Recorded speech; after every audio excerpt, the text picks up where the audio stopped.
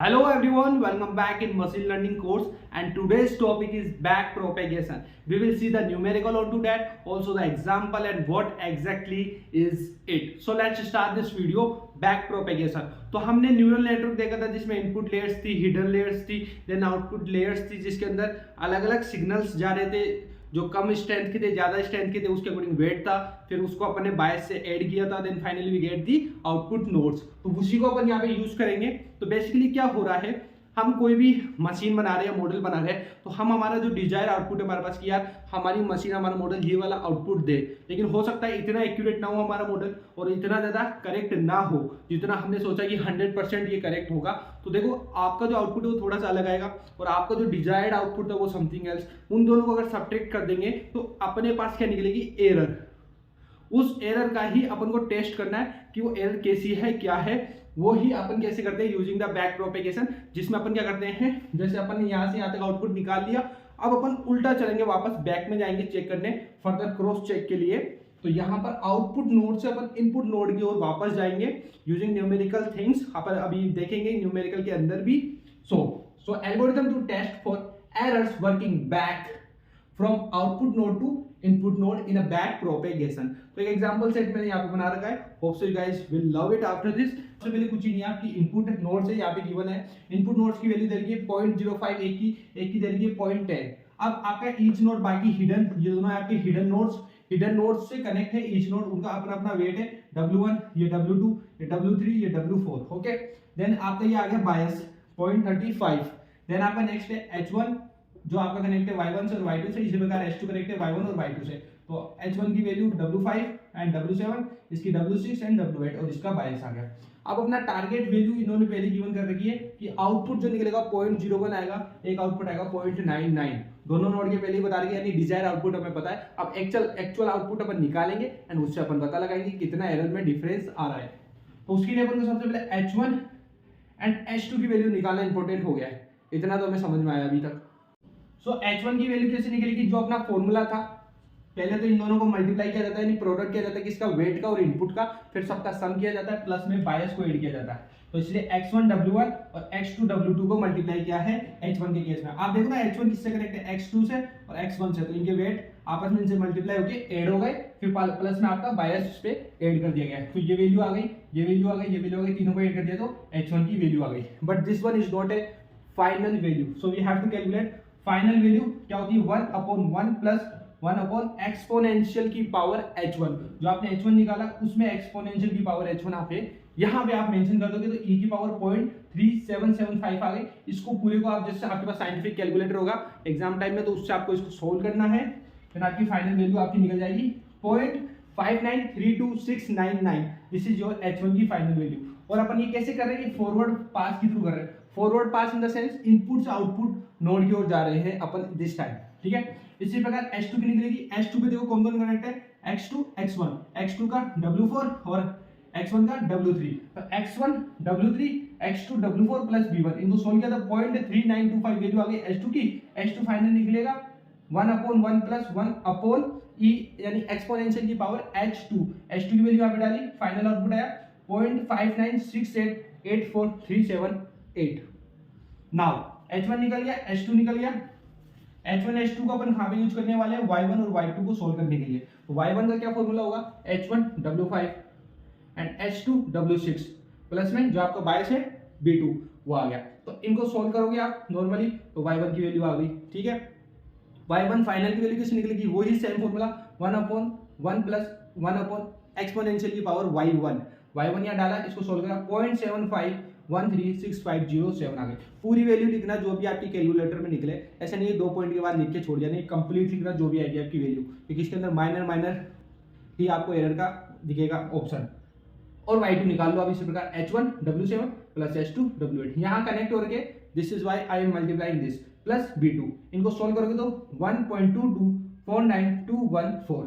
अब अगर 1/1 plus 1/e की पावर y2 करोगे एंड इसको सोल्व करोगे तो 0.77292846 ये y2 की वैल्यू आ गई, y1 की आ गई। अब अपने पास टारगेट वैल्यू ऑलरेडी गिवन है और ये अपनी आ गई y1 y2। अब अपन को एरर निकालना है, that is actual output minus desired output. तो वही कर रहे हैं अपन, इसमें होता है summation of 1/2 plus target value minus में जो आउटपुट आया आपका वो का पावर 2। ओके, ये फॉर्मूला है इसका 1/2 प्लस T1, ये आपका T1 0.01, ठीक है, एंड Y1 फाइनल, इधर T2 माइनस Y2 फाइनल आ गया, तो 0.01 आ गया आपका T1 का।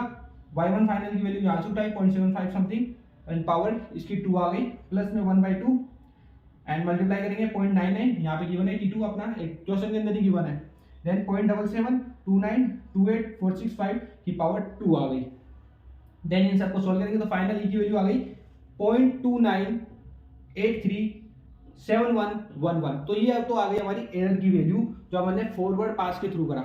Now we will do back propagation, जिसके अंदर अपन बैक साइड चलेंगे, यानी आउटपुट लेयर से इनपुट लेयर की ओर आएंगे, जिसके लिए अपन यूज कर रहे हैं backward pass at the output layer. तो we will start with the output layer, जिसके अंदर अपन क्या करेंगे, जितने भी वेट गिवन है, ठीक है, आपके जितने भी वेट गिवन थे उनमें कोई ना कोई एरर हो सकती है, तो अपन हर वेट की इंडिविजुअल एरर फाइंड आउट करेंगे, और अगर अपन को वो एरर मिली तो उस एरर को अपन क्या करेंगे, जो भी आपका वेट है उससे सब्ट्रैक्ट कर देंगे, तो हमारे पास एक नया वेट आ जाएगा, और नया वेट आ गया यानी कि वो एरर वहां से रिमूव कर दिया हमने।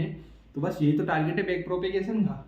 अब हर वेट पर एरर है तो उसको निकालने के लिए है पार्शियली डिफरेंशिएट ऑफ आपकी error total divide by partially differentiate of particular weight. Suppose करो यहाँ पर आपका ई टोटल की वैल्यू है, ये अपन ने देखी थी अभी, ठीक है। नाउ नेक्स्ट क्या है, मैं W5 से स्टार्ट कर रहा हूँ, W5 की निकाल रहा हूँ, तो इसकी एरर W5 की कैसे निकलेगी, partial differentiate of E total upon partial differentiate of W5। उनको अगर आप सोल्व करने बैठोगे ना, तो इस पूरे फॉर्मूले को मैंने सोल्व किया है पार्शियल डिफरेंशिएट से, तो डायरेक्ट मेरे को 3 पार्ट में चीज मिली है। एक तो ये E total and Y1 final, एक Y1 फाइनल एंड Y1, एक Y1 एंड W5, इन तीनों का पार्शियल डिफरेंशिएट सेपरेट होगा। तो आपको देखो एग्जाम में टाइम कम होता है, तो आपको डायरेक्ट फॉर्मूला याद करना चाहिए। तो देखो ये E total upon partially differentiate of Y1 final का कैसे होगा, minus T1 minus Y1 final. तो ऐसे उल्टा कर दो एक तरह से, इनकी वैल्यूज हमने निकाली थी, T1 की गिवन थी, Y1 फाइनल अपन ने निकाली थी, सब्ट्रैक्ट कर देना, फाइनल वैल्यू ये वाली आ जाएगी। Okay, similarly Y1 final upon Y1 जो पार्शियली डिफरेंशिएट निकाल रहे हैं अपन, तो देखो यहाँ पर Y1 फाइनल मल्टीप्लाई करें 1 माइनस Y1 फाइनल से, डायरेक्ट वैल्यू निकाल दी है मैंने, तो इसमें वैल्यूज रखो, फाइनल आउटपुट आ जाएगा। इस प्रकार Y1 अपॉन वेट 5 का पार्शियली डिफरेंशिएट किया अपन ने, तो ये देखो Y1 की टोटल वैल्यू, उसका पार्शियली डिफरेंशिएट यहाँ पर, एंड ये W5, और ये टोटल निकल रहा है H1 फाइनल के, तो आपने यहाँ पर फाइनल वैल्यू की यहाँ रखी। अब तीनों की वैल्यू आ गई मेरे पास, ठीक है, तीनों का आपस में मल्टीप्लाई करूंगा तो मेरे पास क्या मिल जाएगा, ये मिल जाएगा। ये क्या है, ये है अपना एरर पर वेट, यानी कि W5 पर जो एरर है उसका आउटपुट हमें मिल जाएगा। तो यहाँ पर ये करा है, इसकी फाइनल वैल्यू में निकाल दी तीनों को मल्टीप्लाई करने के बाद में, एंड देन W5 न्यू नया वाला है, जो भी आपका वेट है उसको सब्ट्रैक्ट करोगे आप, आपकी ये किससे, एरर पर वेट क्या है, E total upon W5 partially differentiate, ठीक है। उसमें आपको नीटा यूज करना है, नीटा की वैल्यू मैंने 0.5 रखी है, ठीक है, आपको भी 0.5 लेके चलनी है। इसको सब्ट्रैक्ट करोगे तो आपको W5 न्यू आ गया, W5 न्यू की वैल्यू आपकी आ गई, जिसके अंदर से एरर रिमूव हो गई है। अब जितने भी वेट गिवन है इसके, इन सब की बारी बारी वैल्यू निकालेंगे, फिर अपना आउटपुट लेयर फिनिश हो जाएगा। फिर अपन करेंगे हिडन लेयर के ऊपर, सेम प्रोसीजर सेम चलेगा, उसकी Y1 W1 W3 W4 की वैल्यू निकल जाएगी, और अपन पहुंच जाएंगे इनपुट लेयर के ऊपर। Now what we are doing, अब बैकवर्ड पास जो है हिडन लेयर के ऊपर निकाला जाएगा। जिस तरह से W5 निकाली वैसे W6 W7 W8 निकाल दी मैंने इस एरिया में। अब हिडन लेयर की बात करूंगा तो W1 W2 W3 W4 निकाला जाएगा, उसके लिए फॉर्मूला सेम रहेगा, बट यहाँ पर Y1 की जगह क्या आ जाएगा, H1 H1 H1, इसके कोरस्पॉन्ड अब वैल्यू निकलेगी वही पार्शियल डिफरेंशिएट की, तो W1 W2 W3 W4 की वैल्यू आ गई। अब मेरे पास सारे W नए आ गए हैं एरर फ्री करके, तो उसके थ्रू अब मैं क्या कर सकता हूँ, देखो यहाँ पर अगर मेरे पास नए W आ गए हैं तो मैं दोबारा से फॉरवर्ड पास करूंगा, ठीक है। फॉरवर्ड पास में क्या करूंगा, वापस Y1 Y2 निकालूंगा और नई एरर टोटल निकालूंगा, राइट, नई एरर टोटल निकलेगी। तो देखो ये तो पहले वाली एरर टोटल थी अपनी 1 वाली केस में, जिसके अंदर सिंपली अपन ने फॉरवर्ड किया था और एरर का टोटल निकाल लिया था, जिसमें ये आंसर आया था अपना। अब अगर नई एरर में करूंगा ना, दोबारा से नए W के साथ में करूंगा तो नई वैल्यू आएगी ऑफकोर्स, तो नई वैल्यू ये वाली आई इस बार। ओके, अब ऐसे मैं बार बार करता रहूंगा बैक प्रोपेगेशन, वापस बैक आऊंगा, फॉरवर्ड आऊंगा, बैक आऊंगा। अगर मैं ये 10,000 बार प्रोसेस करता हूं तो मेरा फाइनली जो टोटल एरर आती है डाउन टू 0.00035108 आती है, एंड उसके थ्रू जब मैं फॉरवर्ड पास करूंगा तो Y1 जो Y2 की वैल्यू जब निकालूंगा मैं दिस टाइम, तो मेरी बहुत क्लोज आएगी 0.15 आ रही है यहाँ पे और 0.98 which is quite close to target value. तो अपन एक तरह से बहुत क्वाइट क्लोज आ गए हैं यूजिंग दिस। तो ये है अपना back propagation. I hope you guys loved it this video and I know थोड़ा कॉम्प्लेक्स ज़्यादा ही हो गया है, बट ये जो चीज़ थी आपके सामने है बैक प्रोपेगेशन एंड फ्यूचर है, ये एक तरह से आपका फ्यूचर है। एआई टूल्स के अंदर यूज किया जा रहा है, मशीन लर्निंग के अंदर काम किया जा रहा है इसको, दिस इज द फ्यूचर। तो इसको इज्जत दो, इसको समझो and any doubt you can ask freely in comment section. Thank you so much for watching this video and इतना प्यार देने के लिए। जय हिंद, जय भारत। मिलता हूँ नेक्स्ट वीडियो के साथ में।